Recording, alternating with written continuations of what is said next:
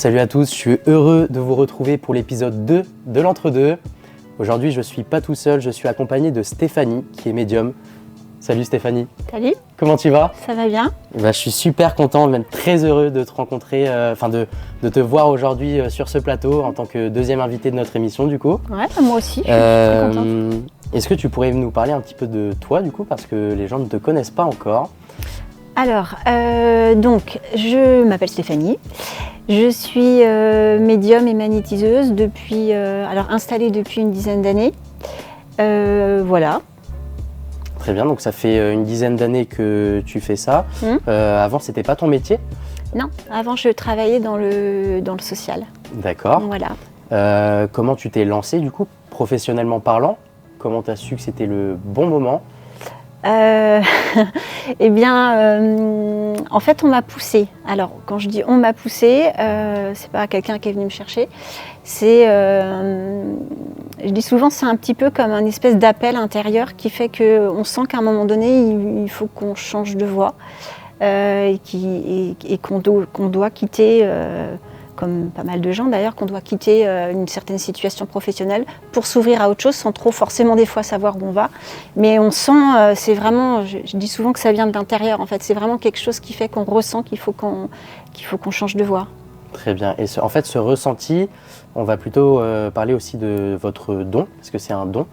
Oui, on peut dire ça comme ça. Comment ça s'est manifesté? Parce qu'avant d'en faire son métier, et avant même de savoir qu'on a des capacités que d'autres personnes n'ont pas spécialement, comment ça s'est manifesté? Est-ce que c'était dans l'enfance? Est-ce que c'était plus tard?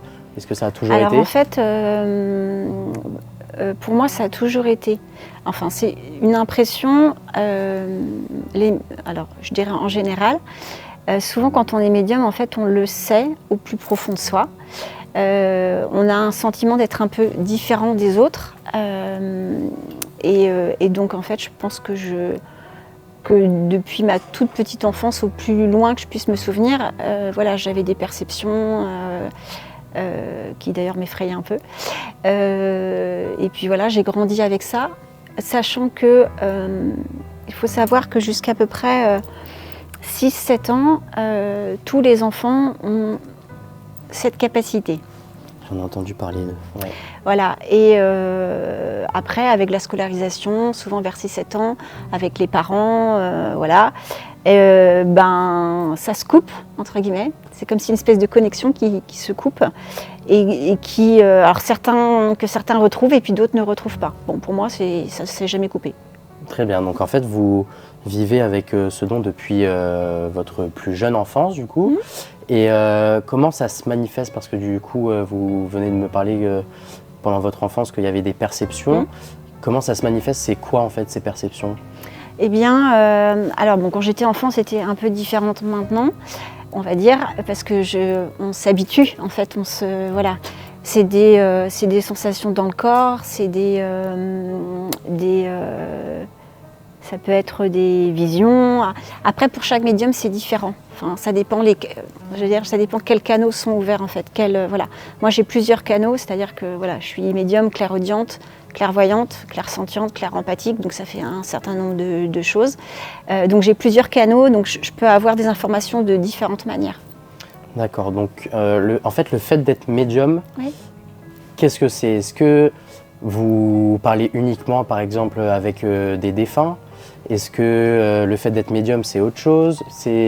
Globalement c'est quoi en fait, être médium? Ouais, en fait ça m'a fait sourire quand j'ai vu ce qu'il y avait sur l'écriture sur la tasse tout à l'heure, puisqu'en fait médium, médium en latin ça veut dire être au milieu. Donc moi souvent je dis que c'est comme si je suis au milieu, je suis entre ce monde-ci terrestre et un ou d'autres plans. D'accord, qui ne sont plus terrestres, qui sont d'autres plans subtils, comme si je suis un peu en entre-deux. Et voilà, et après la médiumnité, elle peut être différente selon les gens, mais souvent la définition de médium, c'est la capacité de pouvoir rentrer en contact avec d'autres mondes subtils et entre autres de pouvoir rentrer en contact avec les personnes qui ne sont plus de ce monde. Très bien, donc juste pour la caméra, je dis ça à vous qui nous regardez ou qui nous écoutez, on va utiliser des termes comme défunt, comme on va parler un petit peu aussi de tout ce qui est décès, la mort, donc s'il y a des personnes qui sont assez sensibles à ça, n'hésitez pas à passer s'il y a des moments où vous vous sentez pas bien, n'hésitez pas en tout cas. c'est quoi le type de message que vous recevez en fait le plus souvent? Est-ce que c'est une perception? C'est quelqu'un qui vous parle? C'est des formes? Ça dépend. D'accord. C'est très variable. Ça dépend aussi le jour et la nuit. Sachant que pour moi c'est, j'allais dire, encore plus présent, pour pas dire pressant, la nuit, puisque la nuit en fait l'inconscient en fait ne fait plus barrage, donc c'est comme si on est complètement ouvert et donc voilà, il y a un certain nombre de manifestations pour moi nocturnes, des présences, des messages, à travers les rêves aussi, beaucoup de choses qui arrivent. Mais ça peut être aussi en journée des ressentis, des perceptions, des ambiances, des perceptions sur les gens, enfin voilà, c'est continuel en fait, quasiment. D'accord, et du coup, le fait d'être médium, parce que forcément il y a des gens qui viennent en consultation vous voir, Oui. Comment ça se passe? Comment vous arrivez à vous connecter avec l'être cher que les personnes viennent pour avoir, je sais pas, un contact défunt, des choses comme ça? Comment vous établissez une connexion avec cette personne que vous ne connaissez pas encore?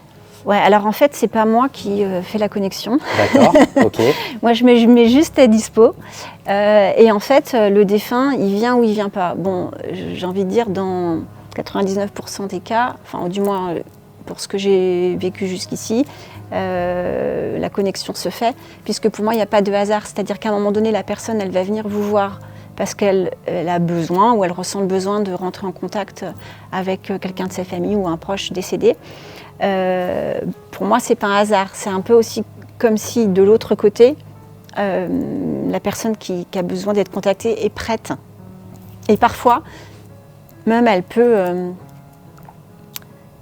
je vais dire, un peu comme pousser la personne, on va dire, à faire cette démarche. Après, on peut être ou pas le bon médium.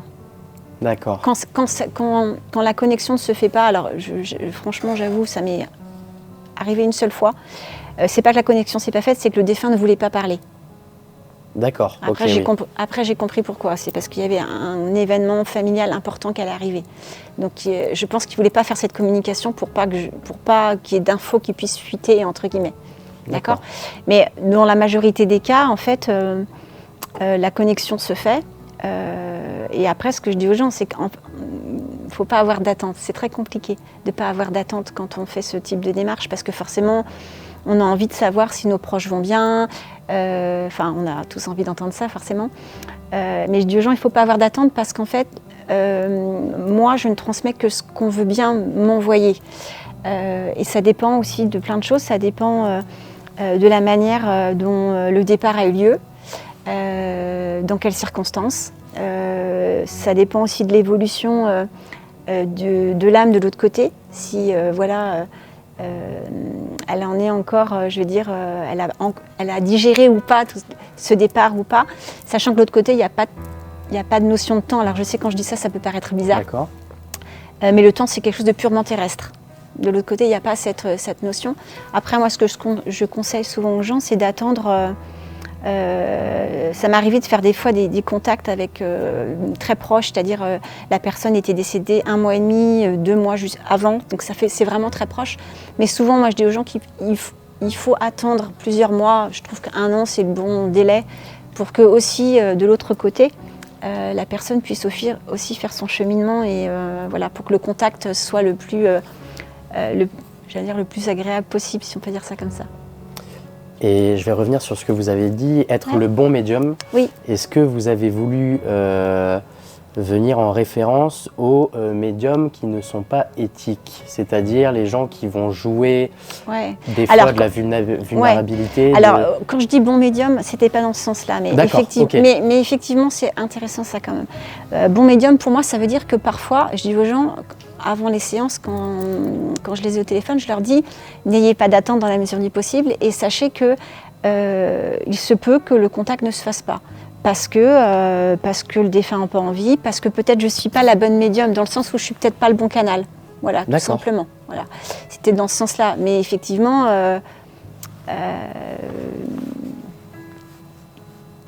c'est vrai qu'il y a un certain nombre de personnes, on va dire, qui se disent médiums. Alors le Covid ayant fait aussi son travail. Je me souviens, on en avait parlé Ouais, la première fois qu'on s'est vu. Mais pas que dans ce domaine d'ailleurs, pas que dans le bien-être en général. Enfin bon voilà. Il y a eu un certain nombre de gens qui ont voulu changer de métier et qui se sont installés sans forcément on va dire avoir travaillé sur eux ou avoir certaines aptitudes, on peut dire ça comme ça. Après, c'est très facile en fait, je veux dire d'être médium. Les gens, ce qu'ils ont envie d'entendre, ils ont envie d'entendre que leurs proches vont bien, que leurs proches, donc il suffit d'être un petit peu, on va dire malin, et on peut, mais un médium ne dit pas forcément ça. C'est-à-dire, je dis aux gens, attendez-vous à ce que, parfois, je peux être en contact avec un défunt qui n'est pas content, qui a de la colère, qui a des choses à dire, et c'est pas le monde des bisounours, forcément, quoi. Donc voilà, et un médium doit être en capacité de, j'allais dire... J'espère que Damien pourra en faire le témoignage, mais qu'effectivement, on doit pouvoir reconnaître le proche en fait, à travers la description que fait le médium. Soit dans le comportement, soit dans l'attitude, soit dans la façon de réagir, soit dans des détails très précis de vie. Mais voilà, c'est pas juste de dire il vous aime, vous lui manquez, et voilà, ça c'est pas être médium. Enfin, voilà, oui, en fait, vous dites le blanc comme le noir, il faut tout dire, j'imagine, à la personne. Oui, mais c'est-à-dire que normalement, on doit pouvoir reconnaître, vraiment, on doit pouvoir être en capacité de donner des détails sur la personne que seul le proche peut savoir. D'accord. Pas des choses banales, entre guillemets. Voilà. D'accord. Et lors de vos séances, du coup, avec vos patients, est-ce que vous utilisez des supports? Enfin, tu utilises, excuse-moi, c'est pas grave. Je vais avoir du mal là-dessus. C'est pas grave, pas de souci. Est-ce que tu utilises, du coup, des supports comme les cartes? Ouais, alors en fait, oui, mais ça, c'est sur d'autres séances. D'accord, ok. Alors, en fait, il y a des médiums qui sont ce qu'on appelle médium spirit, donc c'est-à-dire quand on fait des contacts défunts.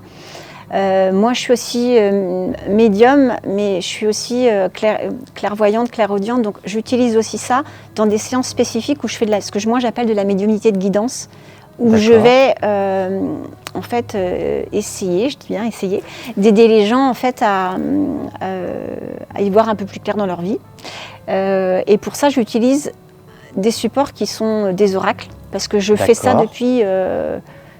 depuis, je sais pas, je devais être pas très grande. Je le faisais avec des cartes de jeu, en fait.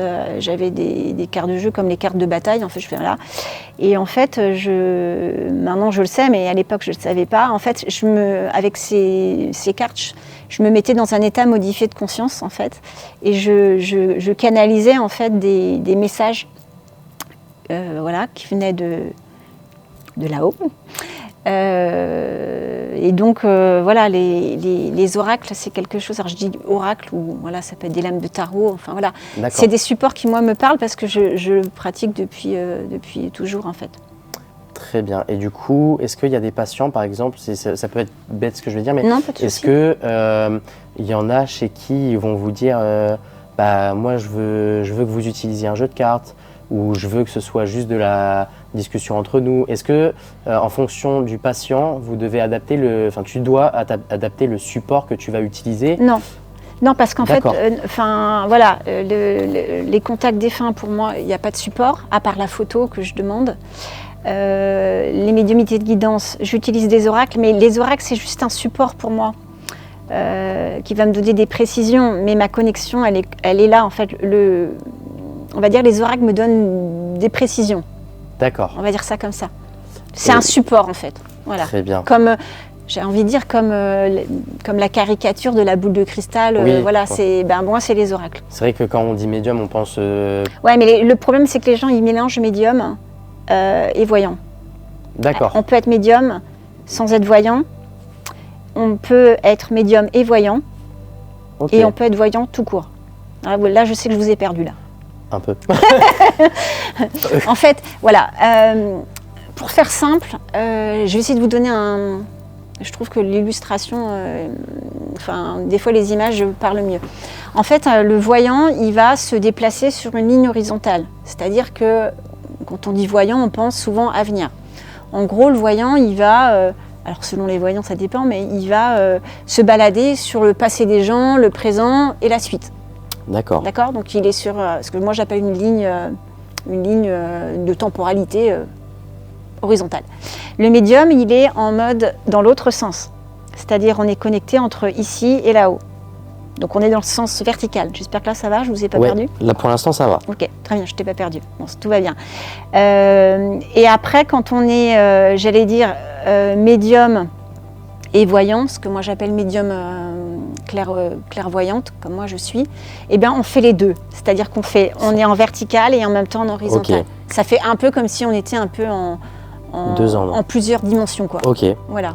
Je ne sais pas si l'image est claire, si, mais... moi j'ai clairement compris. Je voilà. pense qu'à l'image, même derrière, vous avez compris les gars aux caméras. Ouais. Donc, merci, tout le monde fait oui de la tête. C'est sympa. Ils ont peur de parler en fait. Parce ouais. que est-ce qu'il y a des lignes directrices du coup quand tu as un patient qui arrive chez toi? Comment ça fonctionne? C'est-à-dire donc tu lui demandes une photo, mais du coup oui. Il arrive, comment ça se passe? Donc bonjour j'imagine et tout, mais en début de séance, comment ça commence en fait une séance de médium? Alors en fait ça commence avant, c'est-à-dire que le médium, le défunt, il va se présenter à moi avant, parfois même beaucoup avant, voire même la nuit d'avant. Je vois où vous voulez peut-être en venir. Ouais, voilà. Et il se manifeste en fait et bon, quand j'ai ça, je sais que concrètement il va être là. Enfin voilà. Et moi j'ai des ressentis dans mon corps. Donc je perçois des choses, j'ai des sensations. Souvent quand j'ai très très froid, c'est que je sais que le contact se fait. Et puis c'est comme si déjà il me parle. Il me donne des choses, il me donne des indications, il me donne des détails. Donc des fois il faut que je le fasse patienter en lui disant ok c'est bien, c'est pas maintenant. Et puis après quand la personne arrive, j'essaye de faire en sorte que les gens soient essayent de se détendre parce que souvent il y a une espèce d'anxiété qui est là, un peu d'angoisse. Et puis voilà, les choses se font, j'ai l'impression, alors peut-être que je me trompe, mais je ne me vois pas, j'ai l'impression que les choses se font simplement en fait. Enfin, voilà, je dis aux gens que je vais transmettre ce qu'il y a à transmettre. Je donne souvent ce que j'ai déjà eu avant qu'on soit en face à face. D'accord. Et puis voilà, puis le fil se déroule en fait et après je prends, le fait de me connecter à la photo aussi, j'ai des choses qui viennent se rajouter. Pendant la séance. Après, les gens peuvent aussi poser des questions, s'ils ont des questions précises à poser, tout en leur disant que moi je donne que l'info que j'ai. Hein. Si je l'ai pas, je l'ai pas. Et très souvent, je n'ai pas forcément toujours le sens de ce que je dis. Très bien. Et tu fais également des consultations par tout ce qui est ordinateur, téléphone, ou alors uniquement en face à face? Non, alors en fait, les consultations, tout ce qui est médiumnité spirit, contact défunt, je le fais en présentiel ou en distanciel. D'accord. D'accord, sachant que ça ne change rien. D'accord. Bon, pour les gens, je comprends qu'ils aient envie de me voir en vrai, mais ça change strictement rien. Tout ce qui est médiumnité de guidance, je le fais uniquement en visio, donc voilà. Et est-ce que tu as déjà eu affaire à des personnes, alors peut-être pas dans la vie de tous les jours, pas forcément en consultation, des personnes sceptiques qui n'y croient pas? La première fois qu'on s'est vu, en plus j'avais été honnête, je t'avais dit, j'ai du mal avec tout ça et tout. J'ai vite changé d'avis. Mais qu'est-ce que tu dirais, ou du moins comment tu montrerais à quelqu'un qui est sceptique que c'est pas faux, que ça existe vraiment? En fait, pour moi, il n'y a pas à convaincre les gens. C'est-à-dire que, je suis pas dans la démarche de me dire, oh là là. En plus, les sceptiques, comme je suis médium, forcément, je les capte et donc je les sens tout de suite, quoi. D'accord. Mais l'idée, c'est pas, je suis pas en mode compète, en train de me dire, allez, il faut absolument que j'arrive à convaincre. Je suis pas du tout là-dedans. Après, les gens qui sont sceptiques, pour moi, c'est très souvent des gens qui ont peur. Et que quand on a peur de quelque chose, souvent on se ferme un peu. Après, je vais te donner un exemple. Je suis partie en début septembre, là, je suis partie quelques jours en vacances dans un très joli endroit d'ailleurs, dans un château dans lequel je n'ai pas dormi. Trop compliqué? Ah non, je voulais pas. Je me suis dit, c'est bon, les fantômes, non, voilà.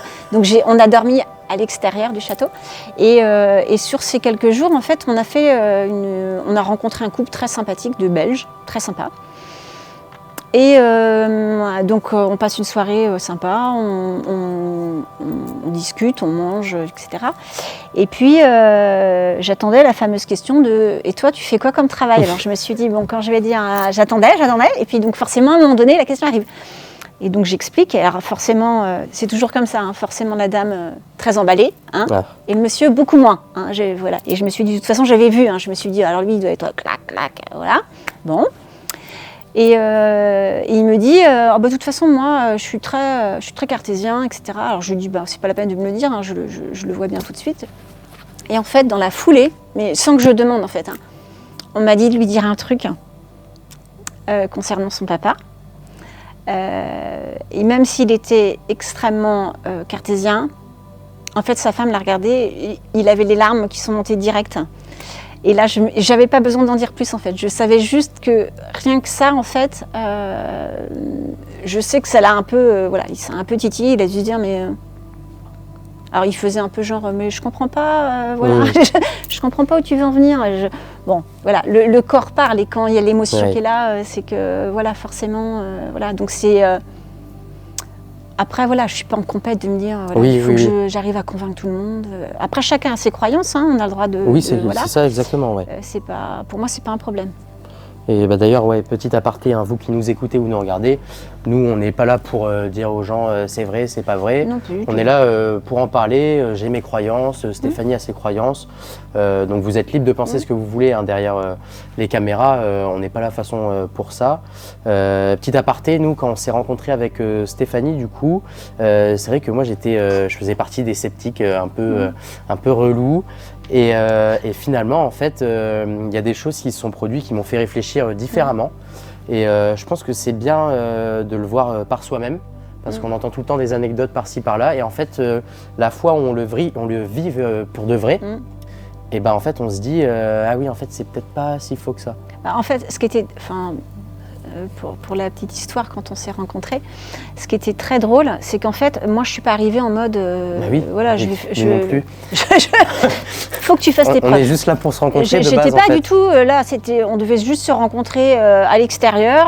Voilà, on s'est assis sur un banc, on a discuté un peu, et là, boum. Et quand ça fait boum, moi, il faut que ça sorte. Faut que ça sorte. Voilà, et ça sort, voilà, et ça sort comme ça sort. Je me pose pas trop la question de savoir si c'est le moment ou pas, en fait. En fait, ce qui est parfois difficile, c'est que tant que je ne dis pas, ça ne me lâche pas. Donc c'est pénible des fois, c'est-à-dire que tant que je vais pas dire ce qu'il faut que je transmette, ça va continuer à me... Oui, et puis on le voit en fait sur vous-même, ça empiète sur vous parce que, je sais pas, vous pouvez avoir des... Je me transforme pas quand même. Non, loin de là, ce n'est pas un monstre, Stéphanie. Comment ne vous inquiétez pas. Non, je change pas de voix, tout est normal. Non. Enfin, en tout cas, j'ai pas vu. Ouais. Oui, en fait, ça atteint sur votre personne parce que du coup ça vous embarrasse, vous avez peut-être la chair de poule, vous vous sentez pas bien. En fait, j'ai les sensations physiques qui viennent tellement présentes et pressantes que du coup, c'est comme si il y a tout mon corps qui vibre et il faut que je transmette quelque chose sans savoir forcément le pourquoi je vous le transmettais, parce que je me souviens bien que je te le transmettais, vous parce que vous étiez deux, mais il fallait que ça sorte. Un petit clin d'œil. Du coup, par rapport au couple belge que vous avez rencontré, est-ce que du coup dans votre vie perso, ça empiète beaucoup dans votre vie. Je vois que vous avez une bague sur la main gauche. Vous êtes marié, j'imagine. Est-ce que dans votre vie personnelle, ça vous affecte cette capacité? Alors, positivement ou négativement Alors, il aurait peut-être plutôt fallu poser la question à mon mari. Alors, comment dire, c'est tout le temps là. Donc effectivement, oui, ça empiète. On va dire que ça empiète et en même temps, pour moi, c'est une composante de ma vie. Donc c'est tout le temps là. Donc je compose avec. Je pense que parfois, c'est peut-être un peu plus difficile pour mon mari, mes enfants. D'accord. Parce que ça prend beaucoup de place. Exemple de mes enfants. S'ils veulent pas que je sache quelque chose, parfois c'est compliqué.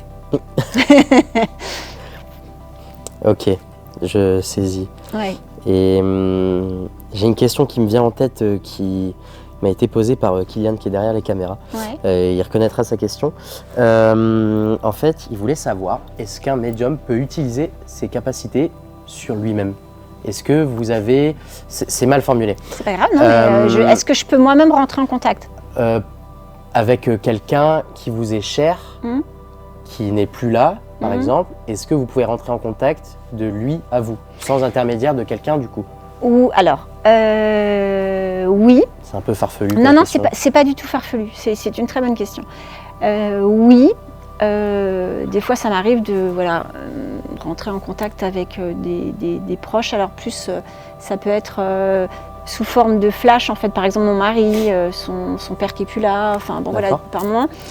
Pour moi-même, c'est souvent plus subtil.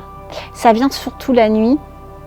Okay. Sachant que, alors le comble, quand même, pour moi, la personne qui m'était la plus chère, c'est ma grand-mère. Elle est plus de ce monde depuis déjà un certain nombre d'années. Et en fait, je n'ai jamais réussi à ce qu'elle me parle. Ce qui est quand même, pour une médium, c'est un peu, voilà. Je l'aperçois, je la vois, elle vient, elle me rend visite la nuit, très souvent. Mais elle ne me parle jamais. C'est très frustrant pour une médium en fait. C'est assez frustrant. Mais c'est comme ça. Je me dis que c'est qu'elle n'a pas envie. Enfin, elle m'a un jour parlé. C'est pas vrai. Un jour, elle m'a parlé et en fait, elle m'a fait comprendre qu'elle voulait être tranquille. Ok. Si c'est son choix. Exactement. Et donc je me dis, voilà, c'est comme ça. Mais c'est très subtil. Moi, pour moi, mes proches. Quand je les ai, c'est très subtil. C'est pas aussi, comment dire, c'est pas, j'arrive pas à trouver le mot, aussi... C'est peut-être pas aussi fort que quand c'est avec un patient. C'est pas aussi, c'est pas sous forme de discussion, c'est pas la même forme, c'est ça que je veux dire. D'accord. Et quand tu me dis que tu vois, du coup, les personnes, les défunts, comment tu les vois? Est-ce que c'est leur vraie apparence, comme nous on les connaît? Est-ce que c'est des ombres? Est-ce que c'est des formes, des couleurs? Alors ça dépend, en fait, ça dépend. La nuit, c'est très souvent, ils se présentent souvent sous forme très lumineuse. D'accord. Sauf que c'est pas toujours comme ça. Parfois, en fait, c'est comme si je les vois.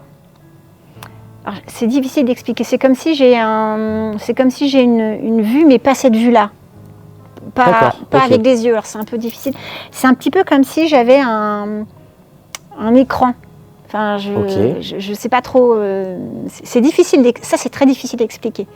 Je les vois.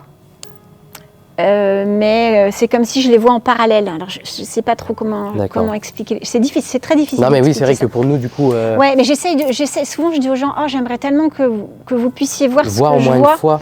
Ouais, voilà. Mais parfois en séance, même en séance de soins, des fois il y a des défunts qui se présentent. Des fois, ils me montrent juste un détail. D'accord. Très souvent lié à leur départ d'ailleurs, ou quelque chose de spécifique sur leur corps pour que je puisse les reconnaître en fait. Après, ça passe par des ressentis, des perceptions. Je vois, mais pas avec mes yeux. Alors, je sais pas trop comment expliquer. Ça peut paraître bizarre, et c'est pareil, j'entends, mais pas avec mes oreilles. Alors, vous allez me dire, c'est un peu bizarre comme truc. Mais ouais, c'est comme ça. Donc c'est la sensation en fait que vous voulez dire, c'est la sensation que ça vous fait de pas vraiment voir la... Mais si, en fait, je vois, mais pas comme là. Alors, c'est ça, Oui, ça qui est mais... difficile. C'est comme si je vois dans ma tête. Ouais. Pour faire simple. Je vois dans ma tête. Ok. C'est comme si, pour ça que je me dis, c'est comme si j'ai un écran et je vois dans ma tête. Très bien. J'espère que c'est pas trop compliqué là. Non, mais au pire, on va hocher la tête et on va dire qu'on a compris. On peut faire comme ça sinon. Ouais, c'est pareil, j'entends, mais j'entends pas comme quand on se parle là. D'accord. J'entends des voix non audibles qui émettent pas de son. Alors, je sais, ça peut paraître complètement fou quand je dis ça, mais ça me parle, mais il n'y a pas de son. Non, mais j'essaie de comprendre en fait la sensation que ça peut faire, même si je peux pas la vivre du coup. Mais c'est un petit peu, c'est pour ça que d'ailleurs quand les capacités se développent, il y a un moment donné, je me dis toujours, si j'allais voir un psychiatre et que je lui disais j'entends des voix, il me dirait ok madame, peut-être vous donner un petit traitement. Oui, non. Parce qu'en fait, effectivement, c'est comme si j'entends des voix, mais dans ma tête. D'accord. C'est pas comme quand tu me parles là et que j'entends extérieurement à moi, j'entends à l'intérieur. Et est-ce qu'il y a des moments, ça vous avait fait peur certaines choses? Est-ce que, je sais pas, moi j'ai un truc qui me suis venu en tête, vous dormez, vous ouvrez les yeux, vous voyez un défunt qui est au-dessus de vous, quelque chose comme ça? Ouais, alors, ouais. Est-ce qu'il y a, non, ouais, si. Mais est-ce qu'il y a déjà eu des moments au début, quand j'étais enfant, par exemple, ça c'était quelque chose de très compliqué parce que je voyais plein d'ombres. Donc j'avais très peur de dormir, j'avais très peur de me coucher. D'ailleurs, je dormais avec plein de couvertures sur moi, comme si j'avais besoin de me protéger. Et vraiment, je sortais juste le nez pour respirer. Voilà, parce que je sentais bien qu'il y avait du monde. Je sentais des présences, mais bon, voilà. Au jour d'aujourd'hui, honnêtement, non, j'ai jamais peur. Alors après, des fois, c'est des fois un peu surprenant parce que des fois, ça me réveille. Effectivement, je suis en train de dormir et d'un coup, il y a comme une lumière qui arrive, comme si on vous allume comme si on vous allume un projecteur en plein dans la figure et là, vous êtes ok. Et puis selon comment ils se présentent. Des fois, ils se présentent, ils me montrent des trucs spécifiques liés à leur départ, comment ça s'est passé. Donc voilà, mais j'ai pas peur. Et vous, du coup, toi, ça vient depuis ton enfance. Oui. Comment est-ce que tu as rencontré d'autres médiums dans ta vie? Et est-ce que tu as rencontré également des gens où tu leur as dit, tu as des capacités Ouais, alors oui, ça m'est déjà arrivé. C'est assez rare. D'accord. Alors même si très souvent, par exemple, quand les gens viennent en séance de soins, parce que comme je suis aussi magnétiseuse, il y a souvent des gens qui ont des attentes, c'est-à-dire qu'ils attendent que je leur dise, ils espèrent quelque part que je leur dise qu'ils ont un truc spécial et que voilà. Même si pour moi on a tous des trucs spéciaux, mais pas forcément dans les mêmes domaines. On a tous des capacités à développer. Ça m'est déjà arrivé, mais en fait normalement, quand on est médium, on reconnaît les autres médiums. C'est comme si on se reconnaît entre nous en fait. D'accord. Il y a un truc particulier en fait, c'est comme si on le ressent en fait. Et du coup quand tu dis en soins, est-ce que tu as déjà collaboré, il me semble que tu m'en avais parlé, est-ce que tu as déjà collaboré avec des je sais pas comment je pourrais appeler ça, des associations pour le deuil, les choses comme ça?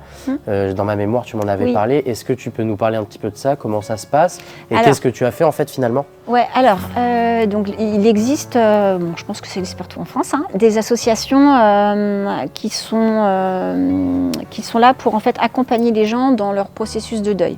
D'accord. D'accord. Alors elles ont différents noms, etc. Souvent, donc très souvent, il y a une première partie où il y a une partie conférence avec un intervenant, sur différentes thématiques, voilà. Et puis la deuxième partie, très souvent, il y a une partie, ce qu'on appelle médiumnité publique. C'est en fait donc les gens qui viennent déposent des photos. Enfin, c'est très souvent que ça se passe. Après, il y a des médiums qui fonctionnent sans photo. Bon, moi, je fonctionne avec. Ça m'aide, donc autant me faciliter les choses. Et ensuite, en fait, le contact se fait. Le médium prend la photo et en fait, transmet, on va dire, les messages du défunt à la personne concernée. D'accord. Mais c'est en public. Et du coup, vous faites ça. Est-ce que, par exemple, c'est une question que je me pose. Admettons, vous avez plusieurs est-ce que vous avez plusieurs des fois consultations dans la même journée ou alors c'est une personne, une journée? Alors, alors, je veux dire, ma particularité, ce qu'on m'a dit il n'y a pas très longtemps, c'est que moi, je suis, on va dire, une médium publique. C'est-à-dire que je suis plus souvent sollicitée pour les médiumnités publiques que les contacts défunts individuels. D'accord. Mais parce que c'est comme ça, enfin voilà, que c'est que l'évolution se fait comme ça. Mais après, moi, les contacts défunts, parfois, ils viennent aussi pendant mes soins. D'accord, ok. C'est-à-dire que les gens viennent pour, je sais pas, un eczéma ou, enfin voilà, ou un mal de dos. Et en fait, parfois, pas parfois, très souvent, les gens sont accompagnés. C'est-à-dire que je peux ressentir quelqu'un qui est auprès d'eux, qui a besoin de transmettre un message, et quand c'est comme ça, je le fais. Très bien. C'est pas systématique Ouais. par contre, mais ça arrive assez souvent. Mais du coup, est-ce que parfois à la fin de ta journée, par exemple Ouais. après des séances publiques, Ouais. est-ce que tes capacités sont par exemple autant présentes quand tu es fatigué? Est-ce qu'il y a des moments où tu dis stop, je suis fatigué, je veux plus entendre de voix, je veux plus rien voir? Ouais, Est-ce que, je sais pas si... ça marche pas. Ok, bon, J'ai déjà essayé. Et d'accord. c'est vrai que ouais. des fois, j'ai envie de dire, c'est plus le... Alors c'est un peu bizarre ce que je vais dire, mais tant pis, j'ose le dire. Quand j'ai besoin de faire silence, c'est plus avec les gens vivants. D'accord, ok. Ça peut être bizarre, mais en fait, les sollicitations de l'autre côté ou leur présence ou les transmissions de messages, enfin de défunts ou de guides ou autres d'ailleurs, ça ne me dérange pas. Quand j'ai besoin de faire une pause, c'est souvent avec les gens terrestres en fait. D'accord, donc en fait, même quand vous prenez des vacances, c'est pas des vacances? Ben, la preuve, là... Bah oui, avec Il y a- le couple belge du coup. Ouais, voilà. Ouais, et puis même les ressentis dans les lieux, selon où on Ah est. oui, ok. Enfin, voilà, les gens, vous allez au restaurant, les gens à côté de vous. Des fois, je suis obligée de me déplacer parce que voilà, Ah oui. je sens que c'est trop présent, trop compliqué. Enfin, c'est tout le temps, en fait. C'est tout le temps. Et est-ce que, alors, petite anecdote personnelle, Oui. avant de connaître, parce que vous êtes tu es la première médium que je connais et que je En vrai. vois en vrai, que je peux toucher comme ça. Non, mais en fait, il y a un truc que j'avais super peur, parce que moi c'est un truc qui me passionne. Il me semble que je t'en avais parlé. J'adore tout ce qui est dans le monde là, Ouais. même si j'y croyais pas. Mhm. Et ben, c'était un monde qui m'impressionnait quand même. Mhm. Et en fait, je m'étais dit, je crois que la veille avant de venir te voir avec Léa, ma copine, Ouais. je dis, j'ai trop peur, imagine, elle me dit demain je meurs et tout. Ah. Et en fait, elle m'a dit, mais ça serait une question à poser. Hein. Est-ce que tu peux savoir des événements, par exemple, tragiques qui peuvent arriver Est-ce que tu as déjà eu des trucs dans ta tête où tu t'es dit, oh non, mince, Oui. ça va se passer, enfin... Mm. Est-ce que ça arrive ça? Est-ce que... Ouais, ça arrive aussi quand je suis en séance de soins, par exemple. Ouais, Où les gens, je sais que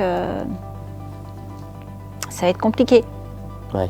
Alors, évidemment, je ne transmets pas ce type de message. Mais voilà, j'essaie de faire en sorte de les accompagner du mieux possible. Oui, mais ça, oui. Oui, ça, Ah oui. ça fait partie aussi des choses. Et parfois, je sais pas forcément, mais des fois, je ressens qu'il va se passer un truc. Alors, c'est comme si je sens qu'il va y avoir quelque chose quand c'est mes proches, par exemple, ou quand c'est ma famille, ou enfin voilà. C'est comme si je ressens quelque chose qui est latent là et qui va arriver. Donc, oui, des fois, je sais que oui.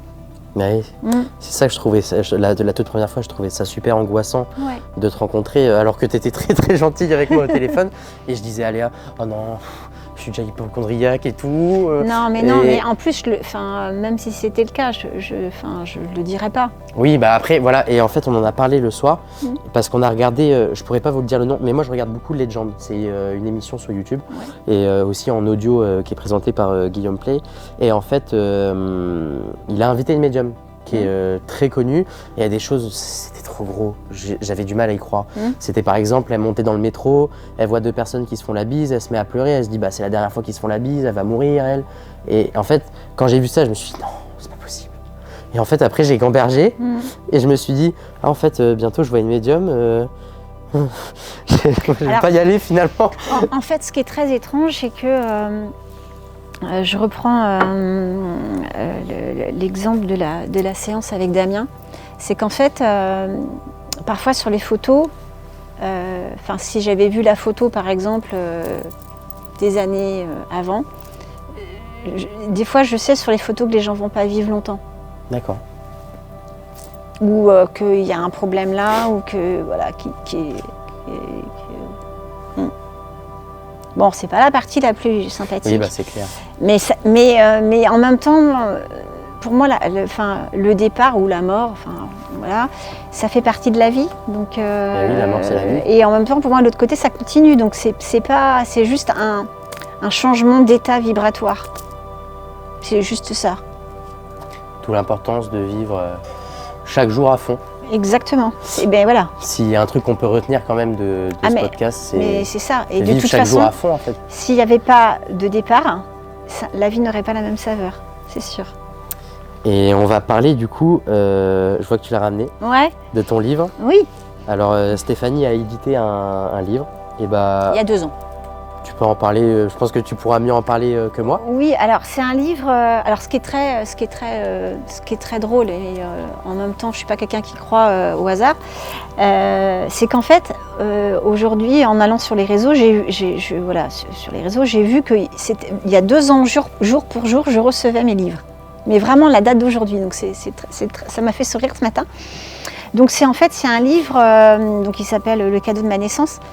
C'est un livre que j'ai publié, que j'ai auto-édité il y a 2 ans. Et c'est un livre qui, raconte, on va dire, une partie de mon histoire.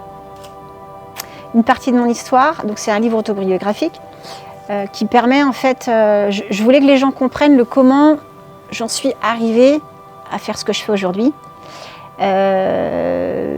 Pour comprendre que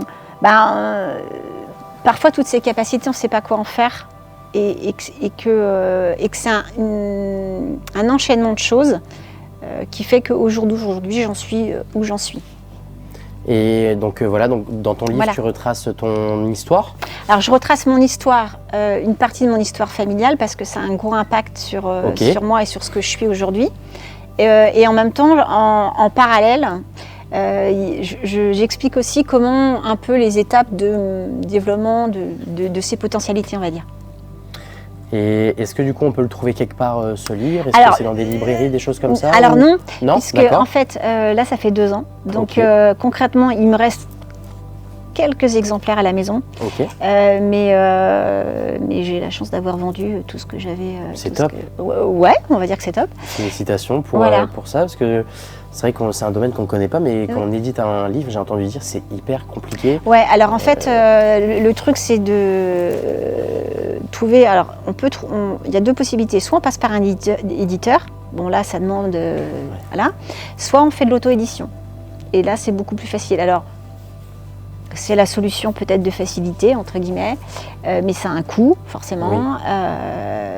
Oui. Et voilà, mais bon, je suis très contente d'avoir j'ai collaboré avec une personne qui s'appelle Francine Sergent, c'est moi qui l'ai écrit, mais elle m'a aidée sur la mise en forme, l'organisation des chapitres, tout ça. Et je suis très contente. Ça c'est pareil, le livre, à un moment donné, j'ai senti qu'il fallait que je le fasse. C'est comme si, je l'ai écrit super vite. C'est comme si tout était, c'est comme si je me mettais devant l'ordi et clac, clac, clac, clac, clac.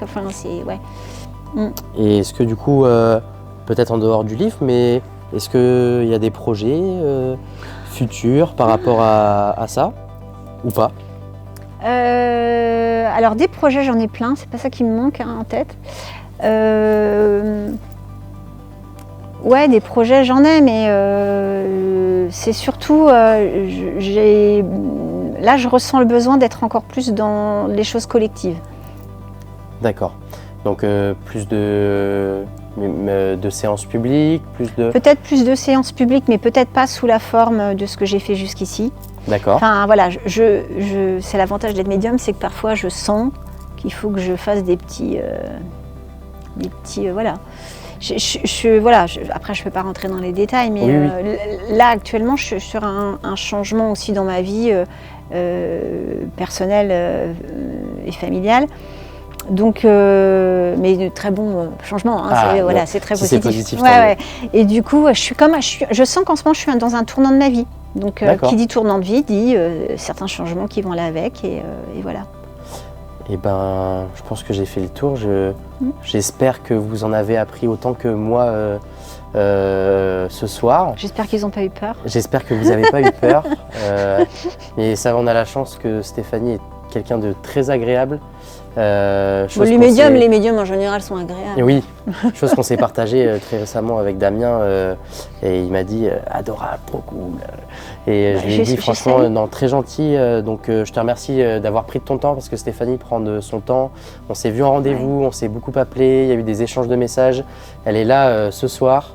Elle a donné de son temps pour notre émission, donc je tenais à t'en remercier. C'était avec grand plaisir. Et je le sais, mais bon, je voulais quand même te remercier.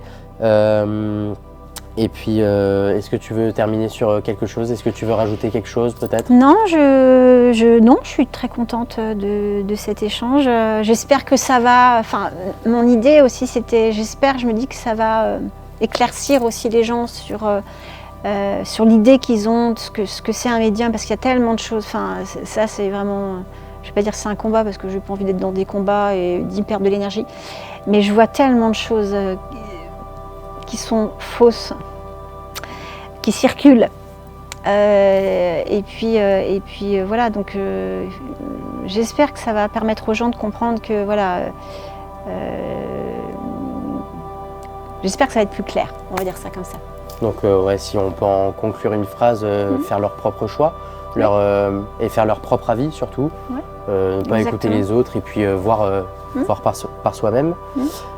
Pour les remerciements, je remercie Bonjour Minuit qui nous prête encore une fois ce magnifique studio. Ouais, super. Très beau studio. Ouais, je remercie toutes les personnes qui sont derrière les caméras, parce que sans eux, du coup, on n'aurait pas de contenu. Et il y en a, hein. Oui, et il y en a. On a Lucas, du coup, qui est au cadrage. Franchement, un grand merci à Lucas. Un grand merci à Alex qui s'est occupé de toute la déco. Merci à Damien également qui nous a aidé énormément sur cet épisode pour la mise en place de la déco. Merci à Kylian aussi. Qui s'occupe de cadrer et de filmer les backstage. Et puis encore une fois, merci à vous qui nous écoutez. Vous avez été quelques-uns la fois dernière à nous écouter, donc j'espère que l'épisode 2 va vous plaire autant que l'épisode 1. Mais c'est sûr. Et elle le sent. Et puis on se retrouve pour l'épisode 3 très bientôt. Ciao, ciao.